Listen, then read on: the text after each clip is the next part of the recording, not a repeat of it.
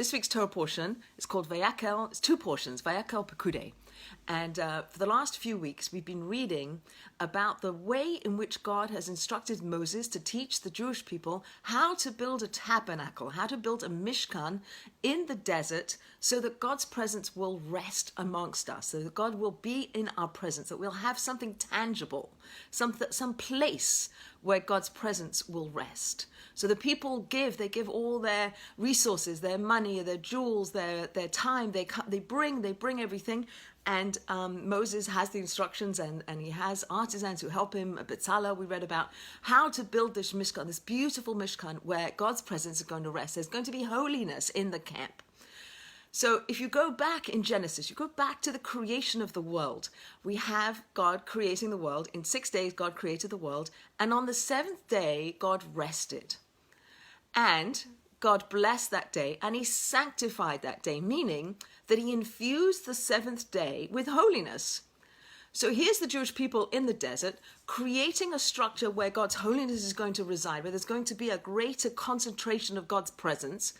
And yet we learn right at the beginning of Genesis that on the seventh day, there's a sanctuary in time, there's a place in time where God's presence can be felt, where it's very holy. It's a very holy day. God sanctified the seventh day. Before a place became sanctified, time became sanctified.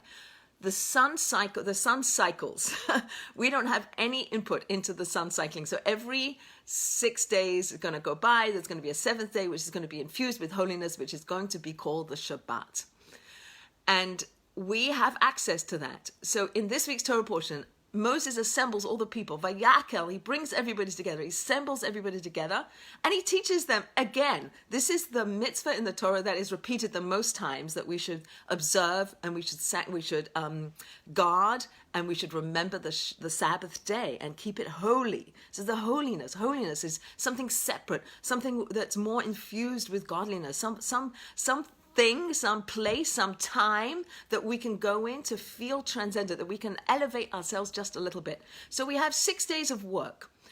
And the work that we do is bringing godliness into the world. But God says, stop on the seventh day. That day is a day of rest. That day, you Jewish people are going to testify that I, God, am the creator of the universe. I created everything. I created the universe. I withdrew myself to create the universe that you get to live in. I'm going to give you 6 days to work in, to bring my presence into that world, to kind of bring out godliness that's infused in the world. You're going to do that all week. And then on the seventh day, it's time for you, Jewish people, to withdraw, to do what I do, like to pull back and create this temple in time, this Shabbat that is a gift that is given to the Jewish people, that is infused with holiness. And if you Jewish people want access to that holiness, which you've been doing when you're building this tabernacle, just stop creating, just be in a place of stillness, be in a place of wholeness, and be in a place of relationship. So it says that Shabbat is Mayan Olam Haba. It's a little taste of the world to come. What does that mean? It means that on Shabbat, and so Shabbat and Teshuvah, which we translate as repentance, but it's really to return. We return to our true selves on Shabbat. Shabbat and Teshuvah have the same letters. So what we're trying to do on Shabbat is return to our true selves, return to a relationship with God. Shabbat is a relationship day. Shabbat is a relationship day, a relationship with ourselves, with our own inner soul, with our own little light of godliness that's within us.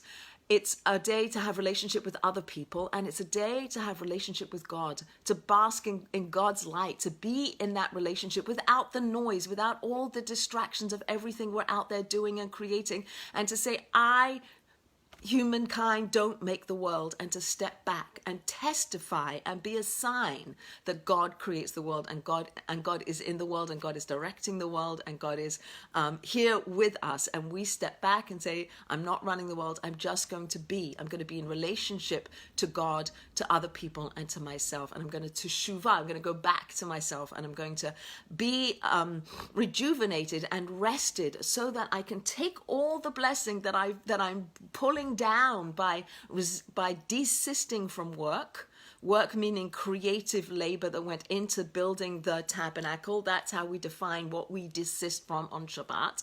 On Shabbat, we desist from the work that went into building the Mishkan, building this tabernacle, because that was creating a place for God to exist in our world. But we don't need it on Shabbat. We don't need to create a place, because God is giving us a gift of Shabbat where the holiness of godliness is more infused. And what we have to do is pull back. Just like God pulled back to create the universe, we have to pull back to feel the godliness and to live in that space. That's what we're trying to do by desisting from work. So on one hand, it's passive, don't do these works. On the other hand, it's also active, because on the seventh day, God created rest, menucha. It was the completion of the 6 days involved the creation of rest, because rest is the vessel for bringing it all to completion, for the blessing to come in.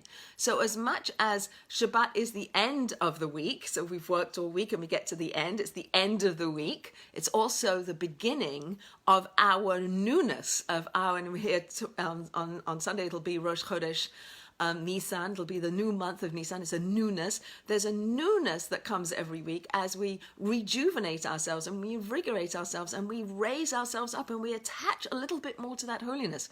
We're also taught that on Shabbat we have an extra infusion of our soul. We have a neshama yetzera. We have an extra infusion of soul, whatever that means. Meaning, perhaps, that not only is God more present in the world, but our soul is more present in the world. And what we need to do is kind of put them together, attach them together so that we can tap into that. We can be rejuvenated and we can be inspired by that. And we can be energized by that and take that with us into the following week. The Hebrew for every day of the week is, the day they're all counted towards Shabbat. We're focused on Shabbat as the end of our week, and also as infusing the week to come with extra blessing and extra energy. So in that note, also, Jewish time is circular. It's not linear, it's circular. We come around again. We come around to the same energy. Every 6 days, we come around to that same energy of Shabbat. On that seventh day, we come to an energy of menucha, of completion, of rest. All my work is done. And perhaps for us, there's another lesson that we could learn, and it's a lesson that tells us that our work one day will be done. Every 6 days, we have to get to a place where we know in our minds that our work is done. Everything that I can do, I've done, and I can't do anymore, right? I can't cook anymore. I can't shop anymore. I can't talk on the telephone anymore. I can't send any more emails. My work is done. There is nothing left for me to do. And it's a microcosm. It's a little reminder that that's what our lives are. Our lives are working. We're here to work. We're here to toil. We're here to struggle. We're here to grow. We're here to bring godliness into the world. We're here to kind of make that happen, and then we'll die and we'll be at the end and there'll be nothing more we can do. And that reality of what we are in this world, we get reminded of that every week when Shabbat comes around. Every week when Shabbat comes around, as soon as you light the Shabbat candles and you bring Shabbat into your home, and the time is that time to bring in Shabbat. That's it. Then this holiness descends, and you breathe, and it's like you clench, and you hold on. All week you're running, and then you let go, and you desist, and you just stop, and you bask in that menucha, in that completion, in that relationship with yourself, with other people, and with God. And you elevate yourself. You talk about different things. You dress in special clothing. You pray more. You learn Torah more. And you pull back from the world and say, I'm not in control. I'm not in charge. God runs the world. I don't. So Shabbat is a gift that God gives us. It is not conditional on what we do. Every 7 days, Shabbat is a day that is infused with extra holiness, because God told us on the seventh day it was blessed, and he sanctified the seventh day and made it holy.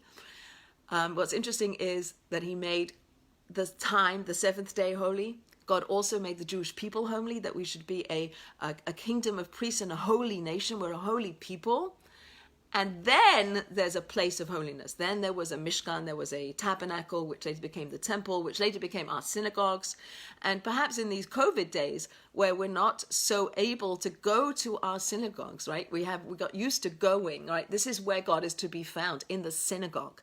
And I think that if we just pontificate a little bit on Shabbat is a place in time, a sanctuary in time where godliness is to be found, that we have an extra infusion of our own souls on Shabbat, that we can access and connect to God and find God at home in our Shabbat bubble in time, in that space that we create for godliness, when we pull back and we let go and we sit in the stillness of Shabbat and we listen. So Shabbat is a time to return to Shuvah. It's our mate. It's the Jewish people wedded to Shabbat. Time supersedes place. The time of Shabbat is a time where we stop working, we stop putting any creative labor into the world. We suspend that creative work in order to channel and bring more godliness into the world. And I bless us that we should be successful in this endeavor, and that every week should be a little bit more, so that we taste that little piece of the world to come, and we really enjoy the Shabbat. We enjoy the connections, and we feel uplifted by them.